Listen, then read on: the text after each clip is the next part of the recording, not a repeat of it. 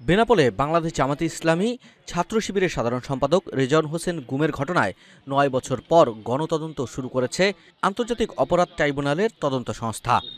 বুধবার সকালে তদন্ত কর্মকর্তা মোয়াজ্জেম হোসেনের নেতৃত্বে ৩ সদস্যের একটি টিম এ তদন্ত শুরু করে। তদন্ত দলটির কাছে সাক্ষ্য দেন রেজওয়ানের চাচা আবু মুসা, চাচাতো ভাই রিপন সহ প্রত্যক্ষদর্শী ও স্থানীয় ব্যবসায়ীরা।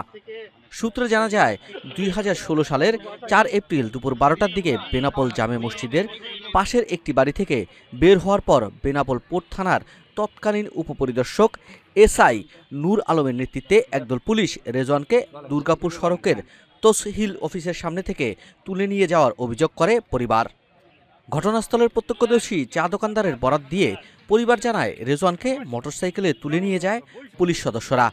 খবর পেয়ে রেজওয়ানের পিতা মিজানুর রহমান থানায় ছুটে গেলে তৎকালীন ভারপ্রাপ্ত কর্মকর্তা ওসি অপূর্ব হাসান ও তৎকালীন তদন্ত কর্মকর্তা শামীম খন্দকারের কাছে বারবার অনুরোধ করলেও ছেলের সন্ধান পাননি তিনি। রেজওয়ান তখন বাকআরচা আফিল উদ্দিন কলেজে ইতিহাস বিষয়ে অধ্যয়নরত ছিলেন। ঘটনার ৯ বছর পর গত বছরের সেপ্টেম্বরে রেজওয়ানের পিতা মিজানুর রহমান যশোরের যুগ্ম জেলা জজ আদালতে মামলা দায়ের করেন। মামলায় তৎকালীন ওসি অপূর্ব হাসান, তদন্ত কর্মকর্তা শামীম খন্দকার ও এসআই নূর আলমকে আসামি করা হয়। এরপর থেকে ওসি অপূর্ব পলাতক থাকলেও অন্য ২ কর্মকর্তা বর্তমানে চাকরিতে বহাল আছেন বলে জানা গেছে। দীর্ঘ ৯ বছর পর আজ বুধবার আন্তর্জাতিক অপরাধ ট্রাইব্যুনাল তদন্ত দলের কাছে রেজওয়ানের স্বজন, প্রত্যক্ষদর্শী ও স্থানীয়রা সাক্ষ্য প্রদান করেন।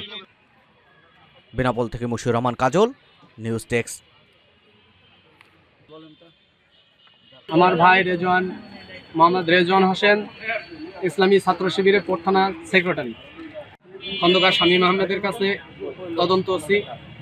আমি চাই আন্তর্জাতিক অপরাধ ট্রাইব্যুনালের যে কর্মকর্তা আসছেন এখানে তদন্ত টিম, আজকে সেই টিমের মাধ্যমে আমার ভাইয়ের সুষ্ঠু বিচার। মোহাম্মদ রিপন হোসেন গুম হওয়া আমার ছোট ভাই মোহাম্মদ রেজওয়ান হোসেন ৪ই আগস্ট ২০১৬ সালে বেনাপোল দুর্গাপুর ভূমি অফিসের সামনে থেকে এসআই নূর আলম ও আরেকজন সঙ্গী আমার ভাইকে তার ইচ্ছার বিরুদ্ধে জোরপূর্বকভাবে অন্যায়ভাবে তাকে গ্রেপ্তার করে নিয়ে যায় এবং আমি খবর পেয়ে আমার পরিবার সহ আমরা পোর্ট থানায় ওসি অপূর্ব হাসানের কাছে খোঁজ নিই এবং তিনি আমাদেরকে অস্বীকার করেন।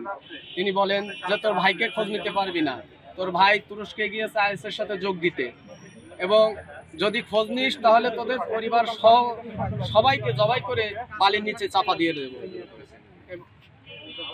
রেদওয়ানের চাচা গুম হয়ে যাওয়া রেদওয়ান,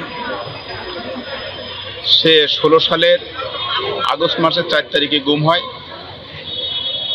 এই পর্যন্ত তাকে আমরা কোনো খোঁজ পাইনি। আলহামদুলিল্লাহ, শুকরিয়া আদায় করি আল্লাহ যে বর্তমান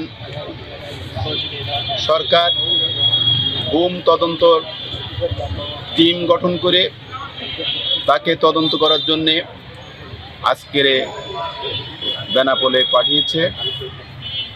তো সুষ্ঠু তদন্ত করে তার যারা জড়িত অপরাধী তাদেরকে সর্বোচ্চ শাস্তি কামনা করি আমাদের পরিবার থেকে।